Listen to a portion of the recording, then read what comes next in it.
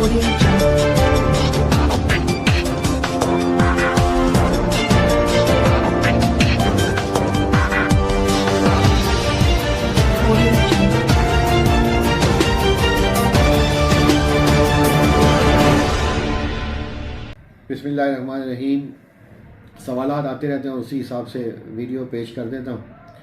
TB के मरीज़ खुराक क्या इस्तेमाल करें और एहतियातें क्या करें। देखें, एक तो ये फैलती है खांसने, छींकने, थूकने से। तो खांसते छींकते वक्त मुंह पर रुमाल और जगह जगह ना थूकें, बल्कि एक डब्बे में थूकें और उसको फिर डिस्पोज ऑफ करें, कहीं दबाएँ और उसको प्रॉपर तरीके से डिस्पोज ऑफ करें। और खिड़कियाँ दरवाजे खुले रखें, सर्दियों में भी धूप आए और गर्मियों में भी कुछ पोर्शन, ताकि डैम्पनेस कम हो, तो वहाँ पे ये टीबी बड़ी कम फैलती है। एहतियातें तो यही हैं। खुराक इसकी जो है अंडा, गोश्त, दूध और जो कुछ घर में पकता है खा सकते हैं, सिर्फ अगर शुगर भी साथ है, क्योंकि अक्सर शुगर में इंसान कमज़ोर होता है, उसकी क़ुव्वत मुदाफ़त कम होती है, तो टीबी भी शुगर में ज़्यादा होती है। तो अगर शुगर है तो उसका आपने शुगर की एहतियात करनी है, उसको नज़र में रखते हुए अपनी खुराक नॉर्मल यूज़ करें। साइड इफ़ेक्ट इसके जो कॉमन है वो बाज़ दफ़ा यरकान हो जाता है टीबी की दवाई से। अगर ऐसा हो, आंखें पीली हों, तो दवाई को रोक के अपने डॉक्टर से रब्ता करें। ख़ारिश हो सकती है, अगर दाने भी निकल रहे हैं तो भी दवाई रोक के डॉक्टर से रब्ता करें। चक्कर आने की तकलीफ़ हो सकती है, और बाज़ दफ़ा जी यरकान तो नहीं होता, लेकिन वैसे इंटॉलरेंस होती है दवाई से, तो उल्टी आती है।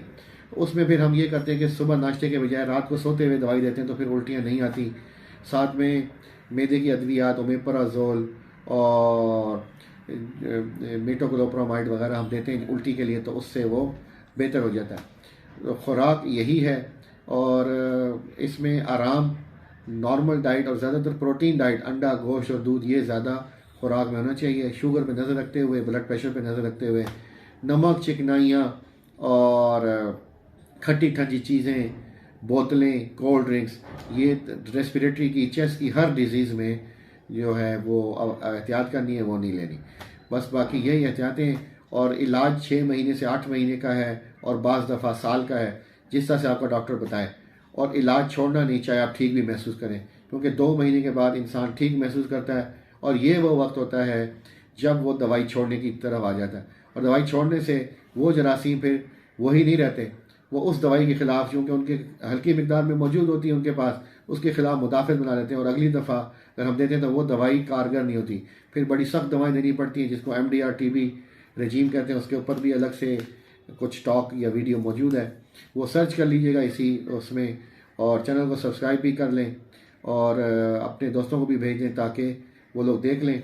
और अक्सर जो मरीज़ बता के पूछते हैं चीज़ें, या जो सवालात आते हैं, मैं जो कमेंट्स में सवालात पे बड़ा गौर करता हूँ, अनलाइक दूसरे लोगों के।